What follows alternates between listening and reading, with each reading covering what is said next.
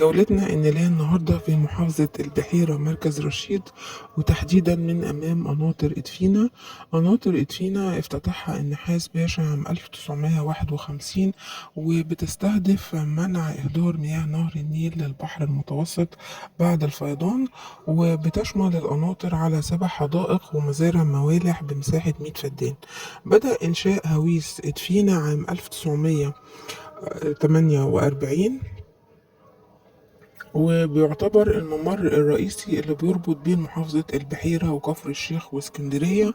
وقناطر إدفينا دي بتعتبر الوحيدة اللي بتحجز مياه نهر النيل فرع رشيد عن البحر المتوسط. هنا احنا في نهر النيل فرع رشيد، وده بيفصل بين محافظة البحيرة ومحافظة كفر الشيخ. فعلى يمنا في مركز مطوبس، وعلى شمالنا مركز رشيد. قناطر إدفينا الناحية التانية لما نعديها هنلاقي الشلالات، وهيبان الهويس أكتر اللي حاجز مياه نهر النيل.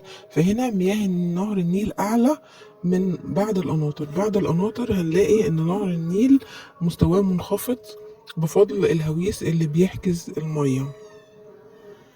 ودي بتعتبر واحدة من عشرات القناطر اللي موجودة على نهر النيل.